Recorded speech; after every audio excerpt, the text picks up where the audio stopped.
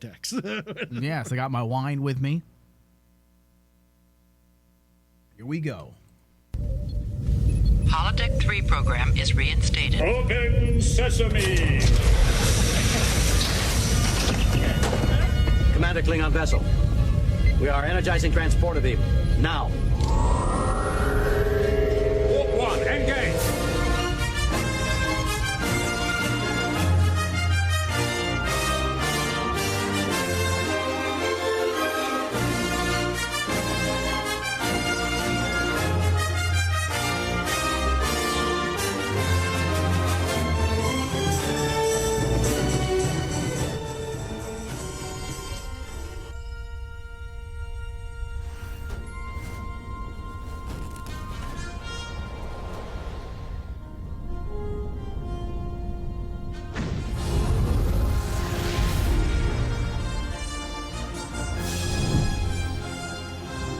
All right, welcome everyone to Star Trek from the Holodeck. I am Michael Flores, your captain. And in the studio with me is Lower Decks Officer and Ensign, the shittiest of all shittiest officers, David. Do I get at least some cybernetic implants, something? Nope. You get nothing. I get nothing. Now go back to the lower decks. Go ahead. Productivity will be better, though. No. All right, welcome everyone to Star Trek from the Holodeck, courtesy of Rain Man Digital. And if you're listening to us live on our RM channel 001 channel on TuneIn, thank you. We will be live as much as possible for the next several weeks talking Star Trek, because of course we have lower decks. Yeah. Star Trek Discovery just around the corner. And if you want in on that live fun, text RMD69 to 81257 and you will receive push notifications when an RMD show, this one included, is about to go live. This is the Lower Decks edition. All right, so we're going to be talking about CBS All Access all new animated comedy series, Star Trek Lower Decks, with a breakdown of Season 1, Episode 3, Temporal Edict, directed by Bob Suarez and written by David Ethenfeld and David Wright.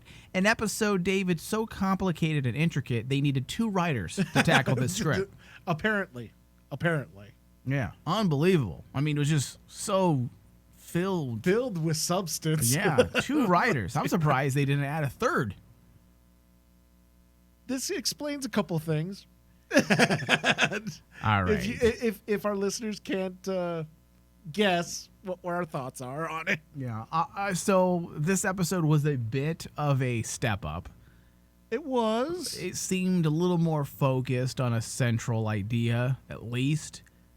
When watching and talking Trek, you've got to look for those moments of subtext and substance. That's usually how we start our initial breakdown. After it's all said and done and we watch that episode, we never say, oh, look at that awesome explosion or that awesome visual effects. We say, what was the Star Trek aspect of this? Yes. What is the episode really saying? Yeah. Besides focusing on progressing the plot, what statement is being made?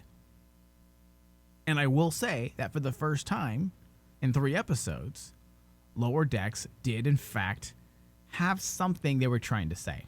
It did. And it is, do not blindly follow rules.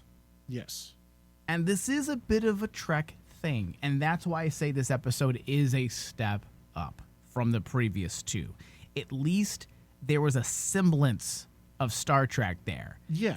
There have been various moments throughout Trek where logic and or empathy dictates a decision that must be made.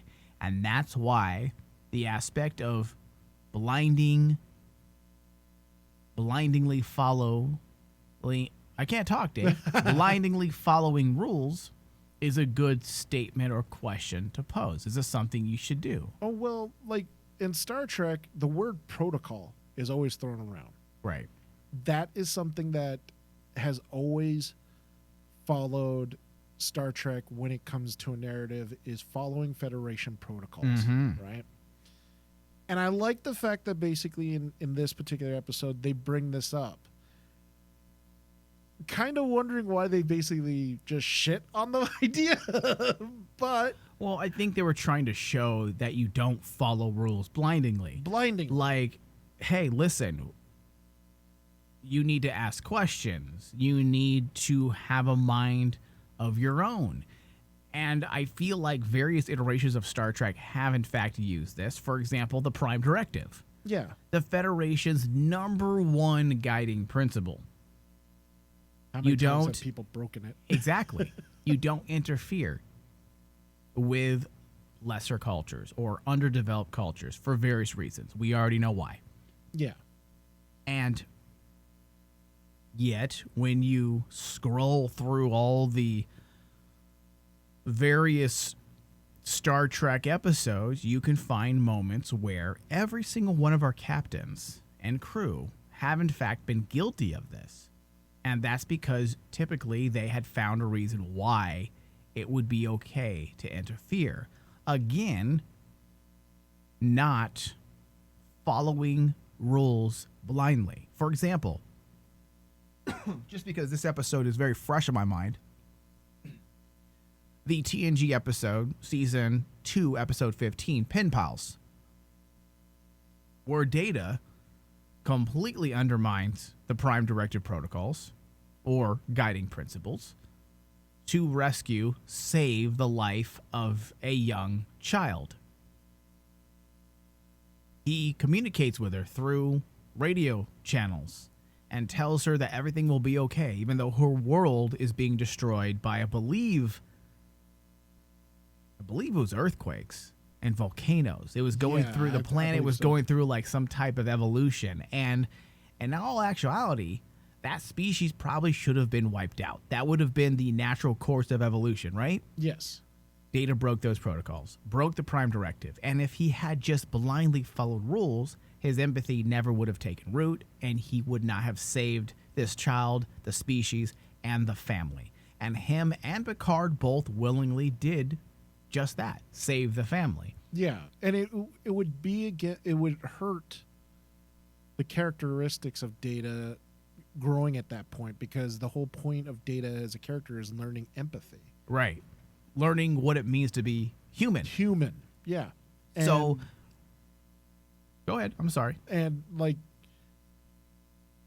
I really do think that they were onto something here, going back to episode 3 of Lower Decks, because I do see that element that you brought up is like not blindingly just saying, well, we can't break the Prime Directive, and showing that as parallel to like Bulmer.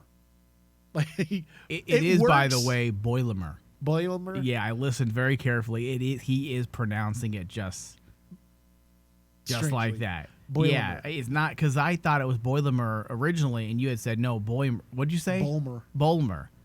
But it is Boilermer. It's Boilermer. very strange word.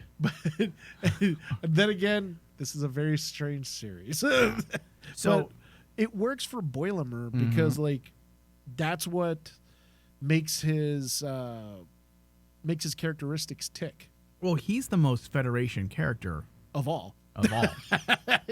He is. And I think that's why I enjoyed the fact that they used him to highlight that bit. And yes, we are possibly reaching a bit, but it was a statement that was made at the end of the episode. Mike McMahon and his writers purposely wanted to bring attention to that aspect in their own comedic way, in a very superficial, fast-paced way. They gave us that classic Trek ending where there was a bit of a moral at the end. yes.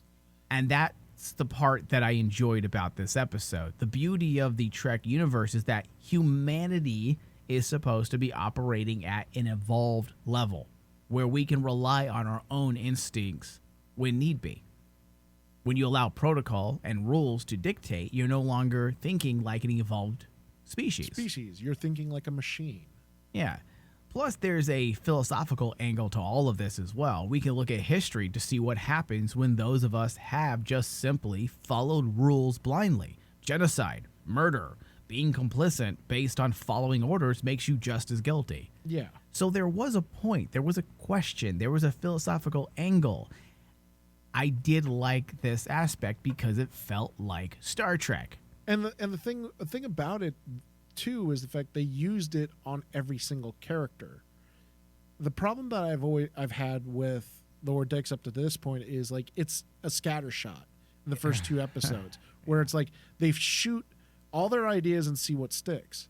Here they shot a big sticky load and it just went everywhere. Yeah. Except the target. Yeah.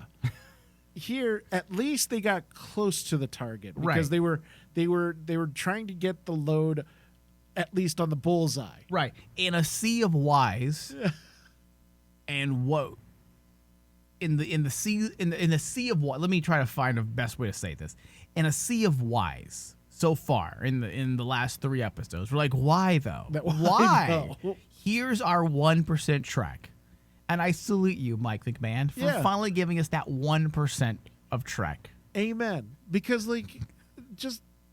I like the fact... sounds so douchey. It does, but it's the honest truth. Well, listen, we're Trek fans, and we're very douchey. So deal with it, McMahon. Welcome to the fandom, my friend. And, there is a way of, unfortunately, Star Trek...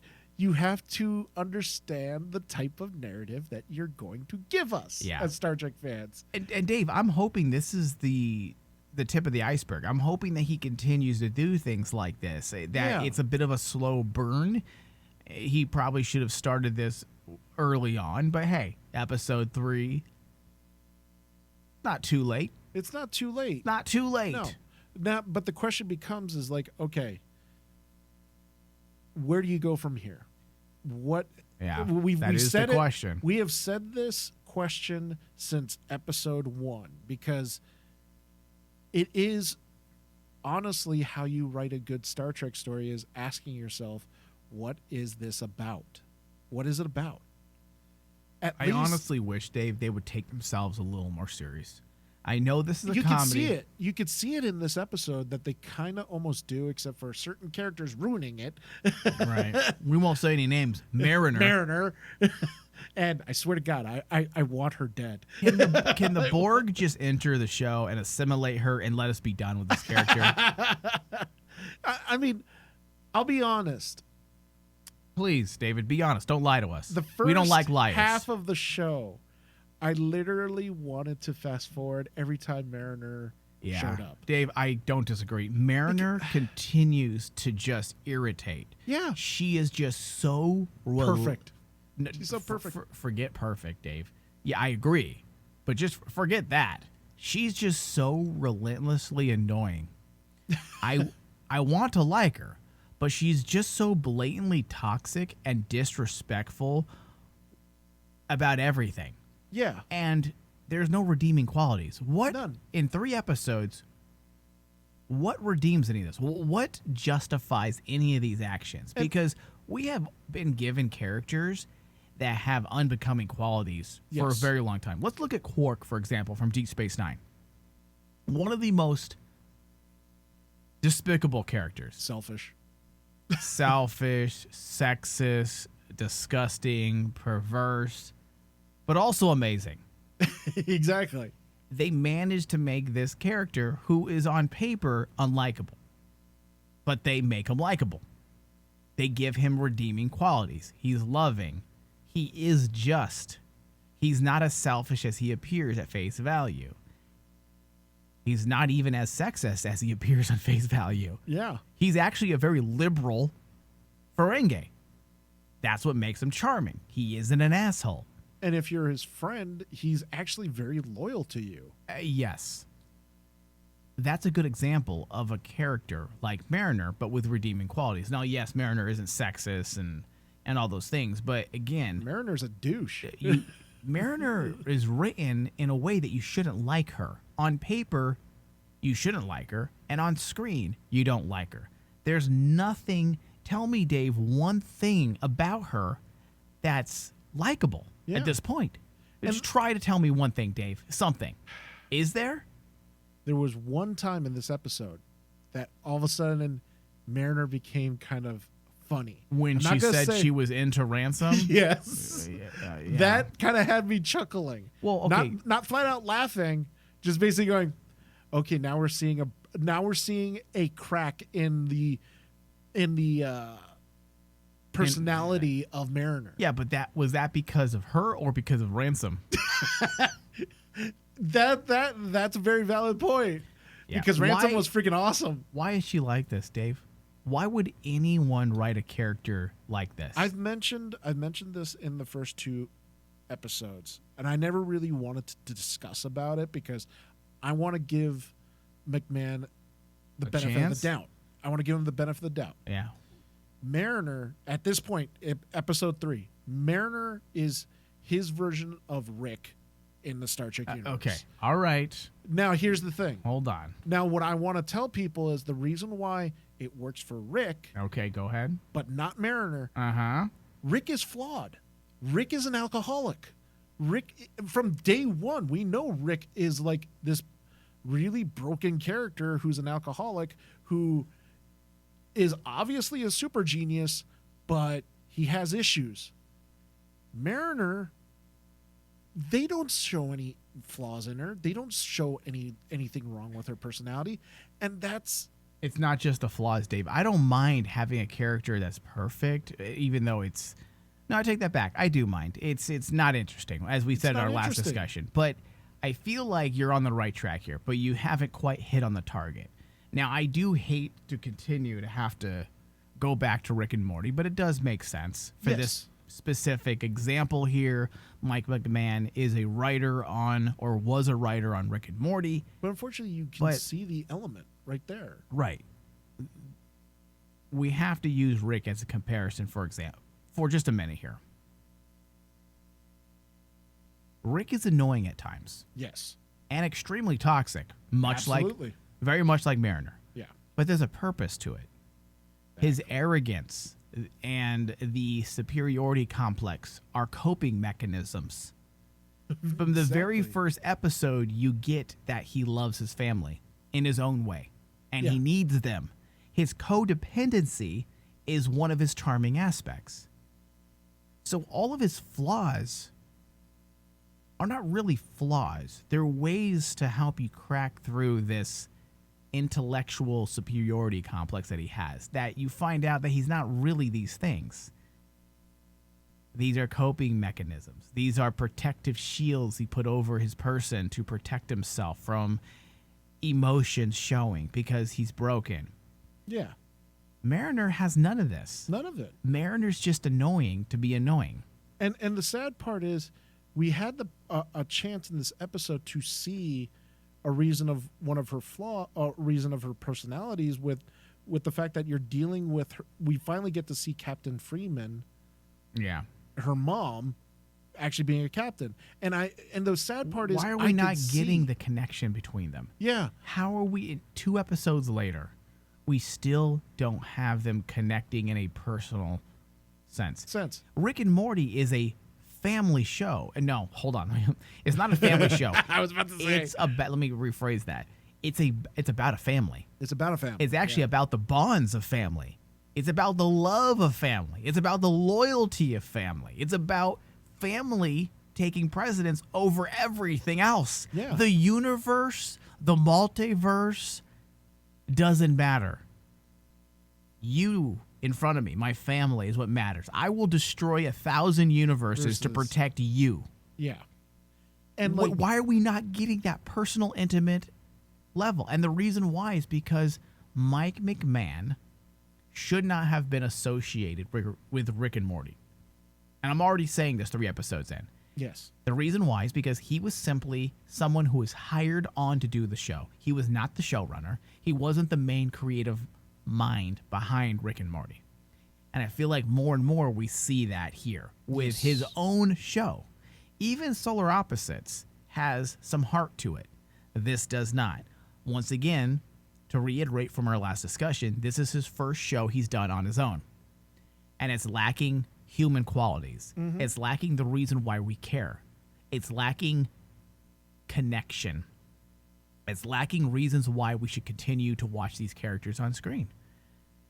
And the thing is, the frustrating part for me in this with this episode is, you see how Captain Freeman is, and you could tell that the writers are trying to say, here's the reason why Mariner is the way she is. It's right her in front of mom. us. It's right in front of us. But unfortunately, if you guys are trying to use it subtly, all you're doing in this episode is making Mariner look like a spoiled little child. That's it. That doesn't make her very redeeming. Yeah. It's kind of sad, honestly. Because she's, dude, I like Boilermer was interesting in this episode. Yeah, he was. Boilermer was in the last interesting. episode. It was Rutherford. Mariner is definitely considered on paper the lead, and yet she is just obnoxious. I just want to stab her in the face. Yeah. I hope we continue to get moments like we did in this episode where we were brought into the concept of the buffer time. I will say that. That was cool. That was cool. Taking us kind of essentially what the entire concept of Lower Decks was supposed to be about, which is seeing the crew and how they think and their process, not the standard command crew mentality. The concept of this entire episode playing into Scotty's entire shtick of how to make yourself appear to be a miracle worker, I thought was fucking fantastic. Yeah. Tell them it's going to take 5 hours, even if it's just going to take an hour, because then you look like a superstar. Yes. I love that. That's classic Scotty 101. In fact, I believe it all started when Scotty made a remark in the Search for Spock about how he always pads his repair estimates in order to maintain his reputation as a miracle worker. Yes. And then that became the book on Scotty. And then I believe he even used it in the TNG cameo he had when he told LaForge that he shouldn't have told Picard an accurate repair estimate. Yes. Yeah. And I thought that was hilarious. Yeah, so I like that they essentially use that concept as a bit of a platform. Yeah, or a foundation for this episode. That's the type of things I signed up for in this show. Because doing that, it makes us understand this crew of this series. It makes us understand the crew of the Cerritos. Cerritos. The Cerritos. The Cerritos. The Cerritos. But it makes us understand that crew, and it gives them, the crew itself, its own personality, because every single Star Trek series, if you look at it, every single crew has their one unifying personality. TOS is basically like almost like swashbucklers. They just go around, they're explorers, they're constantly, drinking. You picture them like, what show were you watching? They're constantly drinking. well, you picture basically, were you watching like, the Star Trek porn? Well, yeah, I have.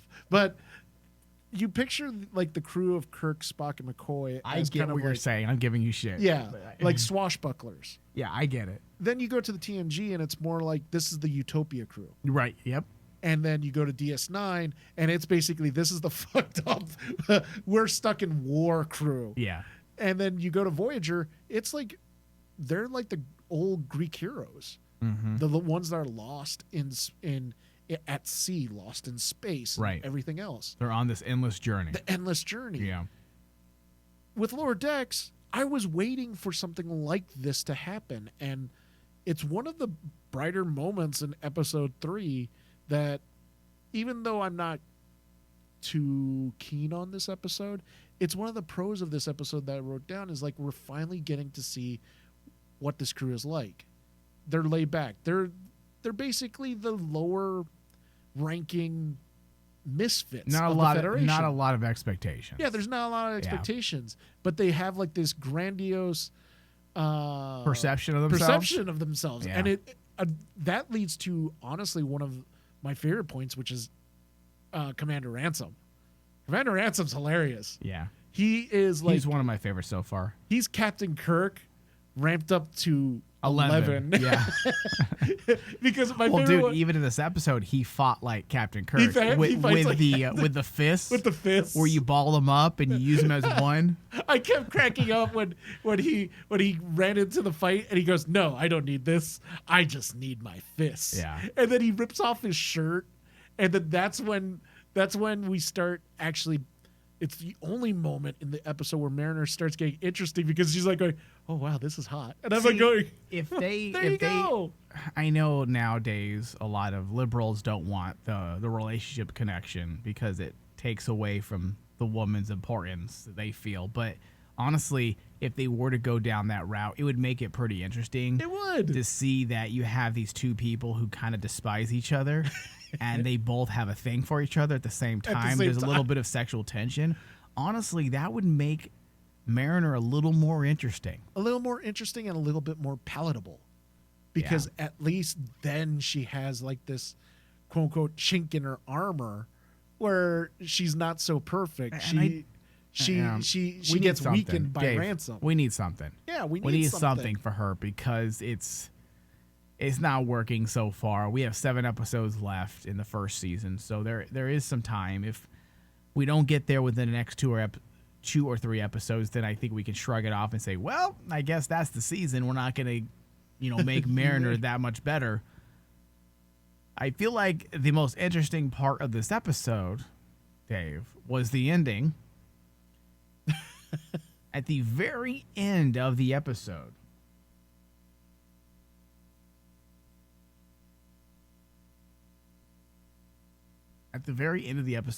we saw what apparently is going to be, or is, the legacy of Chief Miles O'Brien. So he's destined to become the most important person in Starfleet history? Did I miss something? I apparently I missed something, but this is Star Trek canon, by the way. Yes. So that had me raise an eyebrow something too. happened during Deep Space Nine season 8 that we are not privy to yet. That's what I'm like going. That's one of the jokes that I'm left really confused about the series. Are they trying to parody themselves? Oh yeah, absolutely, Dave. Don't be confused about that. You know it. And I'm like, but I'm supposed to take this seriously that Miles O'Brien is the most important man. I mean, listen, O'Brien's amazing. As long as Keiko can stay out of his way, he'd be great. Which if this is canon, true canon, what would you do if Discovery Season 3 actually makes Okay, so there were some articles that were put out saying, is this an Easter egg for Discovery Season 3? Are they going to also explore this whole Miles O'Brien aspect? Now, if they do it in a clever, nonchalant way, and they don't draw a lot of attention to it, that O'Brien had accomplished something at the tail end of his life, something that maybe he cured a disease, maybe he created peace with a species, something, then I would applaud. I'd be like, okay, this is cool. This is cool. Yeah. So we'll see. We'll see. All right, Dave. So this does bring us to the end of our discussion this episode. Why don't you give me your final thoughts as well as your RMD score? Final thoughts and my score for this one. It's not my favorite episode out of the 3 episodes we've had so far. The jokes did not land, in my opinion. When I watched this a second time, I was like going, do the jokes land? Or am I just laughing at it because it's Star Trek? And I've actually said, I'm just laughing at this because it's Star Trek. The jokes are not legitimately landing. Your timing with your comedy is not hitting. And especially with Mariner, that I understand what they're trying to do with her now, but it's just not hitting. It's not hitting at all. In fact, you're making this character look totally unredeemable. So I'm hoping by episode 4, just like we said, episode 4, to episode 6, we see something that gives us a reason to care about her. Because I do. I want to. She's the last one of the crew that I basically wrote down on my notes. That I'm saying, Mariner's the only one that basically I actually despise right now. She's the only one we don't care about. Yeah. I want her to get stabbed in the face. The maybe cat doctor is interesting. The captain's interesting. Ransom is interesting. The security officer is interesting. Rutherford is interesting. Boilemer is interesting. Mariner sucks. And I'm like going, you have a lot of potential with this character. You just have to really, really execute it perfectly. And so with that said, my score for Lower Decks episode 3 is a 73. Okay.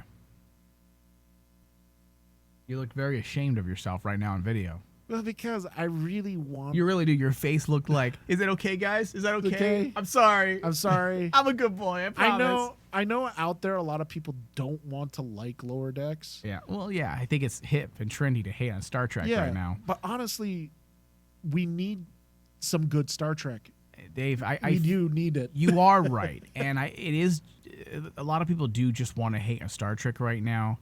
And justifiably so. I get their hate, but at the same time, I feel like a lot of them are not as objective as they think they are. I think a lot of them are a little overly passionate. That's not to say there aren't problems with this current Alex Kurtzman era of Trek. There absolutely are problems. There are problems. Without a doubt, but that doesn't mean there aren't some moments of gold throughout. Yeah. Season 2 of Discovery was pretty fucking great. Lower Decks is struggling, I'll be honest. I'm going to give this an RMD score of 63%, so it is a step up. For me, it's better than the last episode in some regards, and it's also worse in some regards, but ultimately at the end of the day, this gets a better score for me because of the 1% Trek that they brought. Yeah. It felt like there was a purpose, that they were trying to say something amidst all the chaos. And I agree with you, Dave, that the laughs are not clicking. It feels forced. This is a comedy. And it's just not funny. Yeah. There were moments in the previous episode where I laughed. Dude, the stuff with Rutherford was funny. The Rutherford stuff is gold. But this episode, you're dealing with a comedy. You should chuckle. You should smile. You should grin. And I'm not doing any of those things. And I just keep asking myself, why are we here right now? Why are we doing this? Okay, so you want to do a Star Trek comedy. Great. Make me laugh. That's all you got to do. Okay, so you're not so funny, but you're a decent Star Trek series. No, you're not. This doesn't even really feel like Star Trek. If this wasn't Star Trek, if this wasn't dressed up in Star Trek dressing, I probably wouldn't be watching this. I would have checked out after the first episode. Mm-hmm. The only reason why I'm continuing to watch this is because of the Star Trek packaging. So I'm hoping it fixes itself, because as of right now, I just don't understand what we're doing here. Why is this titled Star Trek? Why is it titled a Star Trek comedy? It's not Star Trek, and it's not funny. Yeah. So you're not accomplishing any of the things you sought out to be. At least be one. Yeah. And it's really frustrating when you think about it, is like the only thing that really does feel like Star Trek is its theme song. The greatest moment of every episode. That's pretty much it. And I don't, as I said in our last discussion, I don't want to be negative. I don't want to be overly toxic. Dave, I want to treat Star Trek like a hot chick. I just want to make love to it. I want to feel on the boobs. And you want to brag. I want to play with the ass. Yes. You want to brag. I want to brag and tell my buddies. I'm like, guess what? This chick is hot, and I was up in it last night. I want to do that with Star Trek. I want to be like, bro, did you just watch that fucking episode? You don't want to basically just hide in the corner and basically go, yeah, I don't want to cuckold myself. Yeah, I'm scared, man. I am too. Because, like, I want this to be good. I want to be a fan. I really fucking do, dude. Everyone, all the critics have stated, and it's because they saw 4 episodes. They said, okay, after the 4th episode, they said, we'll see. Oh, this is good Star Trek. I'm like, okay. We're at episode 3, and pretty much the series is meandering. Yeah. We'll see, Dave, right? We have one more episode to see what they saw. Mariner dies. Oh. A plus. All right, we'll see. This does bring us to the end of our discussion. I want to thank everyone for listening. Thank you, David. Thank you. Live long and prosper. Except Mariner. Oh. I want her to get stabbed by Ransom's dick. Wow, that is very fucking aggressive.